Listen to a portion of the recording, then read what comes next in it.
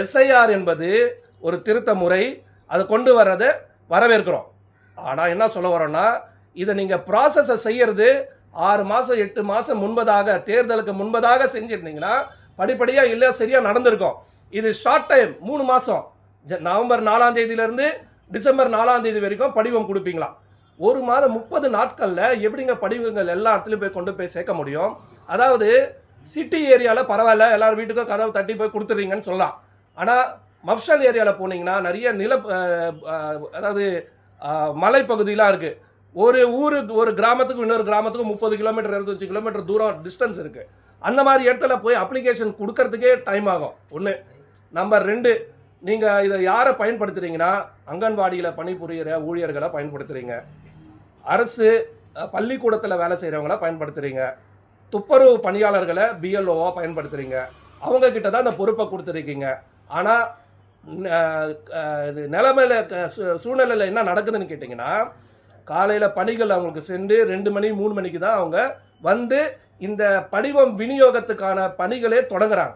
ஆக 3 மணி நேரம் 4 மணி நேரம் 7 மணி வரைக்கும் தான் அவங்களால வேலை செய்ய முடியும். பெரும்பாலும் பெண்கள் தான் இருக்கிறாங்க. 7 மணிக்கு மேலே அவங்களால 4 மணி நேரம் தான் ஒரு நாளைக்கு. ஸோ 4 மணி நேரம் 30 நாளில் 6.5 கோடி வாக்காளர்களுக்கு ஃபார்மை கொண்டு போய் எப்படி சேர்க்க முடியும்? முதல்ல அங்கேயே ஒரு குளறுபடி 1. 2வது, ஒரு கிளாரிட்டி இல்லை. அந்த அப்ளிகேஷனு எப்படி ஃபில்அப் பண்ணணும்னு கிளாரிட்டி இல்லை. இங்கே தான் சூழ்ச்சி ஏற்படுத்துறது எங்களுக்கு சந்தேகத்தை ஏற்படுத்துது. ஒரு அப்ளிகேஷன், உங்களுடைய பேர் என்ன, உங்களுடைய எபிக் நம்பர் என்ன, எந்த பாகத்தில் இப்போ இருக்கிறீங்க, அந்த டீட்டெயில்ஸை வாங்கி மற்ற டீட்டெயிலாம் உங்ககிட்ட எல்லாமே இருக்கு. நீங்கள் டிஜிட்டலைஸ்டு இந்தியான்னு சொல்கிறீங்க, அப்போ எல்லாமே டிஜிட்டலைஸ்டாக இருக்கணுமே. ஆனால் பார்த்தீங்கன்னா எங்ககிட்ட டீட்டெயில் கேட்கறது இல்லாமல் 2002 அல்லது 2005 எஸ்ஐஆரில் பண்ண டேட்டாஸை கொடுங்க, அதுக்கப்புறம் அவங்களுடைய பெற்றோரை கொடுங்க. மக்களுக்கு பெரிய கன்ஃபியூஷன். இதை ப்ராப்பராக ப்ரிப்பேர் பண்ணி தரலன்னா நாளைக்கு ஈஸியாக சொல்லிடுவீங்க என்னன்னு, இதை ரிஜெக்ட் பண்ணிவிடுவேன்னு சொல்லிட்டு. ஸோ இந்த மாதிரி இந்த திட்டத்தை கொண்டு வரது, இவ்வளோ ஷார்ட் டைமில் கொண்டு வரதுக்கு காரணமே புதிய வாக்காளர்களை திணிக்கிறதுக்கு தான்ன்றதுனால தான் எங்களுக்கு நாங்கள் சந்தேகம். இதை வந்து இப்போ வேணான்னு சொல்கிறோம். எஸ்ஐஆர் வேணான்னு சொல்லலை, நடைமுறைப்படுத்துவது ஏற்புடையது. ஆனால் தேர்தல் நெருங்கி வரும் காலம் என்பதனால் இப்போ வேணாம் என்பது தான் எங்களுடைய வாதம். ஒரு முறை 2 முறை ஏற்கனவே 10 முறை எஸ்ஐஆர் நாங்கள் கொண்டு வந்துட்டோம். இப்போதான் புதுசாக எடுத்துகிட்டு வர மாதிரி காங்கிரஸ் கவர்மெண்ட் காலத்திலே கூட இந்த எஸ்ஐஆர் வந்து நடைமுறைப்படுத்தப்பட்டிருக்குன்னு சொன்னீங்க. இது நீங்கள் எப்படி சொல்லுவாங்க? இது சுதந்திரம் பெற்றதுலேருந்து 8 முறை இது வரைக்கும் இந்த ரிவிஷன் பண்ணியிருக்காங்க. இது 9வது முறை. இந்த முறை தான் இவ்வளோ தில்லாலங்கடி வேலைலாம் நடக்குது. இதுக்கு முன்னாடிலாம் தேர்தல் இந்த மாதிரி ரிவிஷன் பண்ணும்பொழுது இவ்வளோ கெடுபடிலாம் கிடையாது. வாக்கு திருட்டு கிடையாது, எங்கேயும் ஆதாரபூர்வமாக ப்ரூஃப் பண்ணது கிடையாது. ஓட்சோரி விஷயமே இப்போ தான் பேசப்படுது. எல்லாமே இப்போ திணிக்கப்படுறதுனால, அதுக்கேற்ற மாதிரி சட்டங்களும் மாற்றப்படுறதுனால, முன்னாடி வந்து எலெக்ஷன் கமிஷனர் இருந்தாங்கன்னா அவங்களுக்கு எல்லா ரைட்ஸும் இருந்தது. ஏதாவது தவறு நடந்ததுன்னா சுட்டி கேட்க முடியும், சட்ட ரீதியாக நம்ம வழக்கு தொடர்ந்து அதுக்கு நீதி பெற முடியும். ஆனால் இந்த விஷயத்தை எஸ்ஐஆரை செய்யறதுக்கு முன்னாடியே தாந்தோணித்தனமாக சூழ்ச்சித்தனமாக மத்திய அரசு இந்த ஆக்டையே அமெண்ட் பண்ணிட்டாங்க. யாராவது நாளைக்கு கேஸை போட்டு அவர்கிட்ட கேள்வியை சீஃப் எலெக்ஷன் ஆஃபீஸர் கிட்ட கேள்வியே கேட்க முடியாது. அந்த அளவுக்கு சூழ்ச்சி பண்ணதுனால தான் இது சந்தேகம் எழுப்புது என்பது தான் எங்களுடைய கருத்து. கொளத்தூர் தொகுதியில் வந்து இதே மாதிரி இப்போ இந்த எஸ்ஐஆர் நடைமுறைப்படுத்தாம ஏகப்பட்ட போலி வாக்காளர்களை வச்சு தான் வந்து ஸ்டாலின் முதலமைச்சர் ஆனார்னு ஒரு குற்றச்சாட்டு வச்சுருக்காங்க. அதாவது மாண்புமிகு நிதியமைச்சர் அவர்கள் இந்த ஓட்சோரி மூலியமா இவர் முதலமைச்சர் ஆனாரு நான் சொல்ல முடியுமா அப்படின்னு தான் கேள்வி கேட்குறாங்க. அந்த மாடுலேஷன் சொல்கிறாங்க. இவர் இந்த ஓட்சோரி வாக்கு திருட்டு வாயிலாக தான் முதலமைச்சர் ஆனாரு நான் சொல்ல முடியுமா அப்படின்னு கேள்வி தான் கேட்குறாங்க. அப்படிதான் முதலமைச்சர் ஆனாருன்னு சொல்லலை.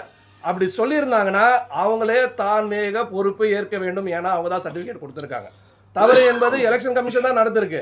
அப்படி சொல்லலை, அவங்க கேள்வி தான் வைக்கிறாங்க. அப்படின்னா இல்லைன்னு தான் அர்த்தம். அவங்களே அதுக்கு பதில் சொல்லிட்டாங்க.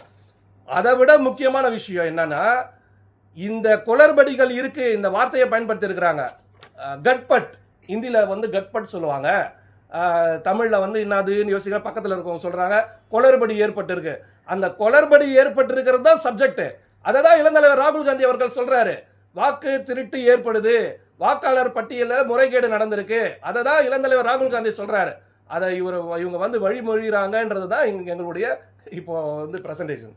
இப்போ நடைபெற போல சட்டமன்ற தேர்தல் வந்து நியாயமா நடக்காதுன்ற ஒரு கோரிக்கை ஆமா, எங்களுக்கு வந்து சந்தேகம் இருக்கு. ஏன்னா இந்த ஒரு மாத காலத்துல இந்த அப்ளிகேஷன் ஃபில்அப் பண்ணி அடுத்த ஒரு மாத காலங்கள தீவிரமா அதை வந்து சரி செய்யற பணியை நாங்க மேற்கொள்ளப்படும் என்று அவங்க வந்து கொடுத்திருக்காங்க, அரசாணையில கொடுத்திருக்காங்க. அந்த நேரத்துல எல்லா கட்சியும் விழிப்புணர்வா இருந்து, அனைத்து அங்கீகரிக்கப்பட்ட கட்சிகளும் விழிப்புணர்வா இருந்து அதை பாதுகாத்துக்குவாங்க. இருந்தாலும் இதுக்கு முந்தைய நடந்த தேர்தலில் பல மாநிலங்களில் முறைகேடு நடந்திருக்கு. உதாரணமா கர்நாடகால மகாதேவ்புரால 1,250,000 வாக்குகள் இது மாதிரி போலியா இருக்குன்னு சொல்லி இளைஞர் ராகுல் காந்தி எடுத்து சொல்லியிருக்காரு. ஹரியானால 25 லட்சம் வாக்குகள் வித்தியாசம் இருக்கிறத சொல்லியிருக்கிறாரு. பீகார்ல 65 லட்சம் வாக்குகள் போலியானதுன்னு சொல்லியிருக்காரு. இந்த மாதிரி ஆதாரபூர்வமா டாக்குமெண்டரி எவிடன்ஸோட கொடுத்ததுனால இங்கேயும் அது மாதிரி நடக்கக்கூடாது என்பது நடந்துரும்ன்றத எங்களுக்கு சந்தேகம் இருக்கு. நடக்கக்கூடாது என்பதற்காக தான் எஸ்ஐஆர் ப்ராசஸ் இப்ப வேண்டாம், தேர்தலுக்கு அப்புறம் வச்சுக்கோங்க, நீங்க செஞ்சிருங்கன்னா முன்னாடியே இருந்தா ஆரம்பிச்சு செஞ்சிருக்கலாம்.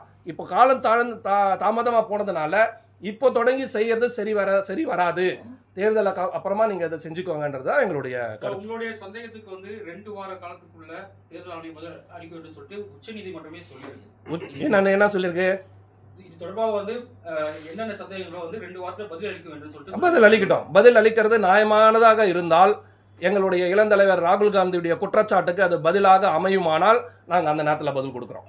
ஆனால் இதே உச்ச நீதிமன்றம் ஏன் இவ்வளவு அவசரப்படுறீங்கன்னு சொல்லியிருக்கிறாங்களே, தேர்தல் கமிஷனுக்கு ஏன் இவ்வளவு அவசரமா பண்ண வேண்டிய அவசியம்? அதே தானே ராகுல் காந்தியே சொல்றாரு, அதே தானே நாங்க காங்கிரஸ் பேரியக்கம் சொல்றோம், அதே தானே தமிழகத்தினுடைய முதல்வர் சொல்றாரு. அவங்க ஏன் ஸ்பெசிபிக்கா முதல்வருடைய தொகுதியில பத்தி பேசணும்? முதல்வர் எவ்வளவு கொளத்தூர் பகுதியில் எவ்வளவு முன்னேற்றம் ஏற்படுத்தி இருக்கிறாரு போய் பாருங்க. நான் இங்க லோக்கல்ல இருக்கிற பிரதிநிதி, டெய்லி அந்த சைடு சுத்திட்டு இருக்கிறேன்.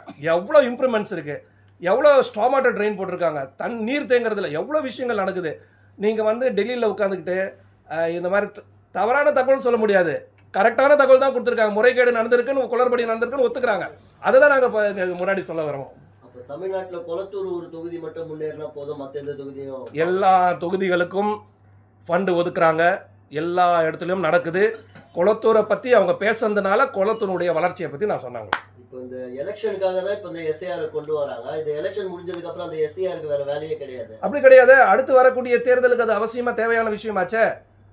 ஏன் இப்போ அதாவது இதுக்கு முன்னாடி 2002 எஸ்ஐஆர் பண்ணாங்க, 2005 பண்ணாங்க, 37 சட்டமன்ற தொகுதி 2005 பண்ணியிருக்காங்க, 197 சட்டமன்ற தொகுதிக்கு 2002 பண்ணியிருக்கிறாங்க.